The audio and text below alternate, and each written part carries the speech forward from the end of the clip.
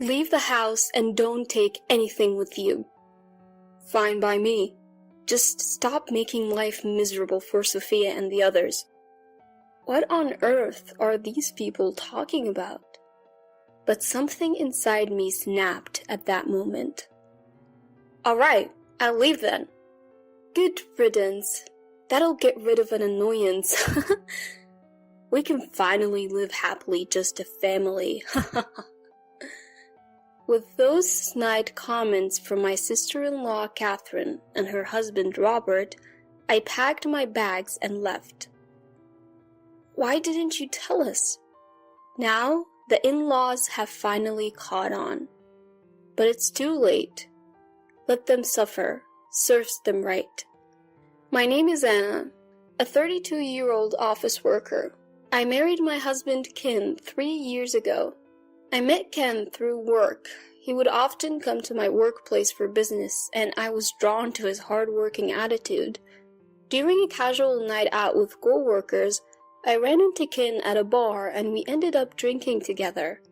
As the evening went on, we found ourselves sitting next to each other and engaged in various conversations. Turns out, we both attended the same high school. Ken is 2 years older than me. Apparently, he was a senior when I was a freshman, but we never met.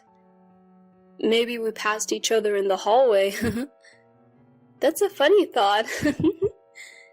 It's hard to imagine we walked the same high school hallways, meeting only later in life. Back then, I was likely immature, full of that teen energy and noise. Who knows? Maybe he saw me in the hallways and found me annoying.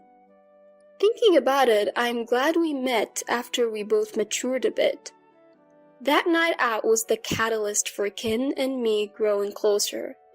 He eventually asked me out to dinner and we started meeting up after work. One date led to another and we became a couple. Ken was kind, mature, and someone I could rely on. Gradually, I found myself falling for him.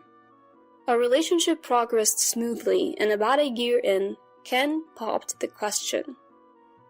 Anna, you're the one for me. I think it's fate we went to the same high school. Will you marry me? Yes, I'd be honored. And so, we decided to get married. Next, we had family meetings with each other's parents. My parents were quite fond of Ken, which put me at ease. Who would have thought you both went to the same high school? That school has a great culture. I have a co-worker from there who's really dedicated. A trustworthy person, I'd say. My dad can be quite stubborn, so hearing him say that was a relief. Ken had graduated from a prestigious university and worked for a reputable company, so I wasn't too worried, but it was nice to have my parents' approval. Then we visited Ken's family for another family meeting. That's when things got a little uncomfortable. Ken's parents weren't exactly the warmest people. So, you're Ken's fiancé. You're quite plain, aren't you? We were hoping for a supermodel or at least the daughter of a big company CEO, given where Ken works. Hey, Dad, Mom, that's rude. Just kidding. You always take things so seriously, Ken. Right, don't take it to heart. Just parent humor. Sophia, my mother-in-law, and William, my father-in-law, were clearly mocking me. You didn't go to a famous university and I've never heard of your company. But as long as you focus on housework and have children, it won't be an issue. They made it sound like I was just a housekeeper and a baby-making machine. The family meeting made me instantly uncomfortable around my in-laws. Nevertheless, we wrapped up the meetings and got married. Married life was blissful. We both worked hard at our jobs and shared household chores. Ken was an excellent cook, even better than me, so I always looked forward to his meals. Whenever I made a request, he'd whip up that dish and it would always taste amazing. Even when I'd come home tired from work, eating Ken's cooking would lift my spirits. Of course, when it was my turn, I put my all into cooking. Ken would always compliment my cooking, saying it was delicious. I really like the depth of flavor in Anna's cooking. I guess I tend to overcomplicate things a bit, you know? No way, Ken. Your food tastes like it came straight from a restaurant. I feel like we're having our own personal chef. Really, that means a lot to hear you say that. We were always full of praise for each other. That's why we've been able to have such a harmonious married life. 2 years have flown by since we got married, and we're still as close as ever. But there has been one nagging issue. We haven't been able to have kids. Now, it's only been 2 years, so we're not exactly in a rush, but the pressure from my in-laws has been substantial. When are you going to get pregnant, Anna? Sophia, you asked about this just last week over the phone. These things don't change overnight. What are you talking about? If you keep procrastinating, that's why you won't have children. Are you sure you're even capable? What? Did you hide that from Ken when you married him? Absolutely not. If you're lying, I won't let it slide. Sophia often cornered me like this. Eventually, I underwent fertility testing and reported to my in-laws that I was fully capable of having children. They weren't exactly thrilled, but at least they understood I could have kids. Still, they continued to heap on the pressure. If you're capable of having kids, then hurry up. What a useless daughter-in-law. Being pressured like this only makes it harder to conceive. Every visit to the in-laws' house became an ordeal, and both of them would only criticize me when Ken wasn't around. Sophia would often call to confirm Ken was away before launching into her tirades. Life with Ken was great, but dealing with the in-laws was causing me a lot of stress. I felt uneasy, fearing that I'd have to endure their criticisms indefinitely. However, amidst all this, another issue arose. William, Ken's father, became frail and needed nursing care. And, of course, the in-laws expected us to move in with them. Ken is the eldest son, so it's only natural that he helps out. Since you can't have kids, the least you can do is be useful. They continued to press us like this, and Ken, unaware of the emotional toll his parents were taking on me, broached the subject of us moving together. Mom seems to be struggling a lot. I really want to help out if I can. What do you think? I was really torn. Living together would likely be hard. My in-laws have been giving me a hard time behind Ken's back. If I outright say no, Ken would be shocked. So I decided to lay down some conditions. Okay, I get that Sophia and the family are having a hard time. Can I add some conditions of my own? Sure, go ahead. I'm the one asking for a favor after all. Thanks. First off, I won't be taking care of William. Normally, that should fall on Sophia or their actual son, you, Ken. Also, I want to continue working. If you can agree to these 2 conditions, then we can live together. As I said this, Ken looked at me seriously. He might be disappointed. Maybe he'll say it's a problem if I'm not willing to cooperate with his parents. But Ken looked me in the eye and said, "All right, I accept your conditions. I'll make sure not to put any burden on you." Facing Ken, who looked at me straight on, I decided to trust him. And so we moved into my in-laws' house to begin our life together. They seemed to think they could boss me around as Sophia quickly started issuing orders. "Anna, please take care of William. And also, could you clean the shower and handle all the cooking?"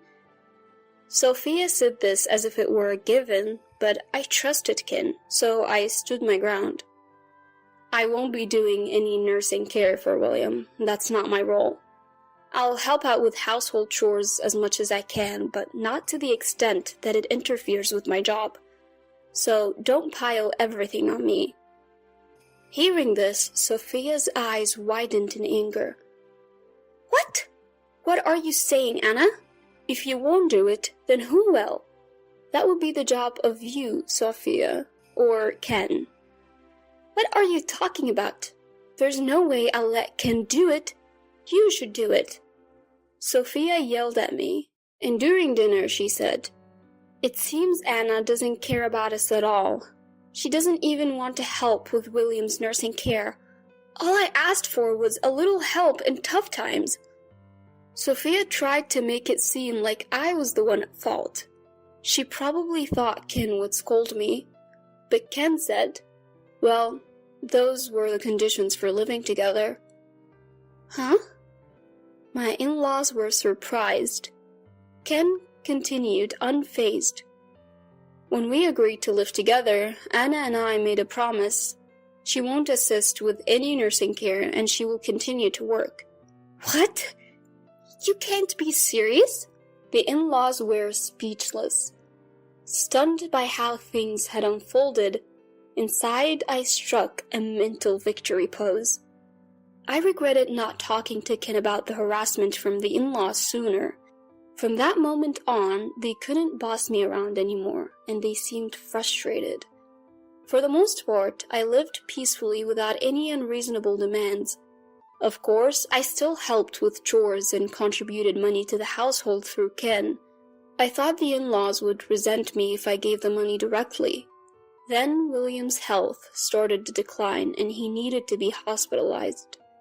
The doctors said the treatment and hospital fees would be quite expensive. Sophia was really stressed about it. I am on a fixed income now. Why does this have to cost so much? Ken had reduced his work hours to help care for his dad, so our income had decreased too.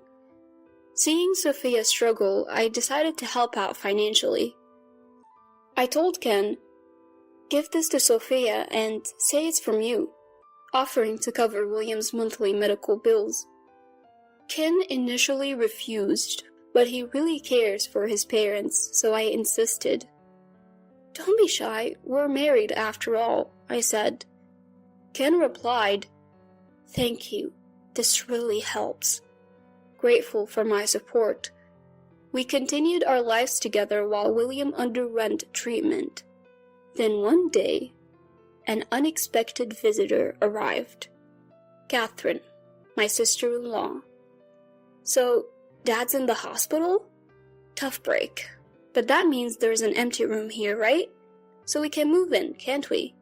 Catherine had barely set foot in the house before she dropped this bombshell. We'd only met her a few times, like at our wedding and hers and at family events. Since we moved into the in-laws' house, she never visited. So her sudden appearance and proposition caught me off guard. It seems she wants to live here. Honestly, I'd prefer if she and her husband moved in and we moved out. But Sophia declined, saying, Ken's here now, and Dad might come back, so it's not possible. Catherine seemed to have expected this and quickly backed down, saying, Yeah, figures.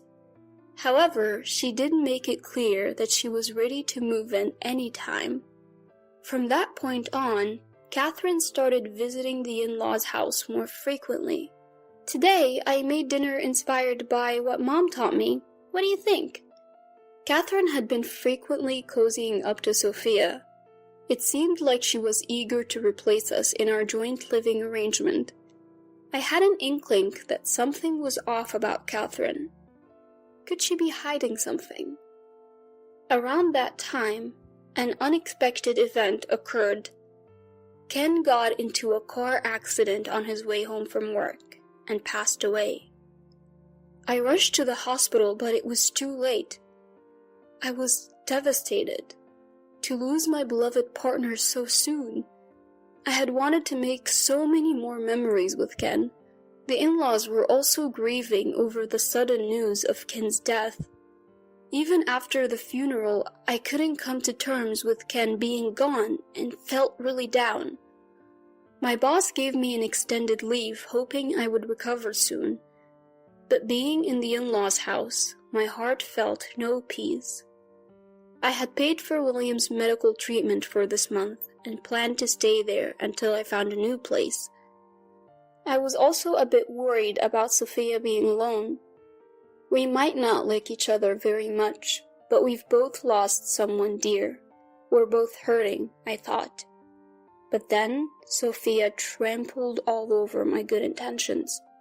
The tipping point came one day when Catherine and her husband visited. Why is Anna still here even though Ken has passed away? Catherine questioned Sophia like that. Sophia chimed in, I was thinking the same thing.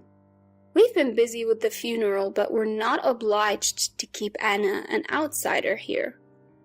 Fueled by Sophia's words, Catherine and her husband became even more assertive. Outsiders should leave, and leave your assets too. Exactly. Don't burden Sophia and the rest any longer. What on earth are these people talking about? But something in me snapped then. Fine, I'll leave. They looked surprised when I easily agreed, but then they smirked. Now we can get rid of the troublemaker. We can finally live happily just as a family. Don't worry, Mom. From now on, we'll be the ones living here. As they spoke those words, I packed my bags and left. A month had passed since then. Living in a studio apartment near my workplace, I had been focusing on my career. Then one day, I received a call from an unknown number. Hello? Thinking it might be work-related, I answered. It was Sophia. Anna? Why didn't you tell me? I had no idea you were the one paying for William's medical bills. And the money in the house, it wasn't Ken, but you. It was too late for the people in my in-laws' house to realize the truth. They had it coming. I thought it would make things easier if we said the money came from Ken. Truthfully, Ken was cutting back on work to help with William's nursing care, so I was the one making significantly more money. So that's how it was. I'm sorry for not noticing. Can you help us again? No way. What? Why? I always tried to be minimally supportive as family, even when mistreated by you and others. But you continued to harass me without knowing the truth, even trying to kick me out. I've put an end to my martial ties with the late Ken. We're now complete strangers. Please figure out how to handle William and your daughter's family issues on your own. I said that and hung up. Then I blocked her number. I later learned from a relative still in contact with me that William had tried to force Sophia into a divorce to prioritize his own treatment. He probably thought they could afford it if one less person needed supporting. However, Sophia refused, insisting she would only agree to a divorce if she got a huge settlement. Right now, their family is a mess, embroiled in legal battles. Both are being emotional, but they'll soon realize the lawyer fees will bleed them dry. Eventually, there won't be any assets left to divide. Catherine and her husband, it turns out, had debts, and they were close to being kicked out back then. In-laws have just now realized the fact, but it's too late. They were planning to mooch off my in-laws, but that failed miserably as my in-laws are now on the brink of divorce. Currently, Catherine and her husband are living in a cheap apartment and are asking relatives and friends for loans. However, no one is lending them money because they can expect that they will never get it back. Their debt will continue to grow with interest, making their situation even worse. Knowing my in-laws are spiraling downward like this, I thought, serves you right. I decided to put them behind me and move on. Of course, I'll never forget Ken, who was kind to me. I plan to live my life to the fullest so that someday we'll have a lot to talk about in heaven.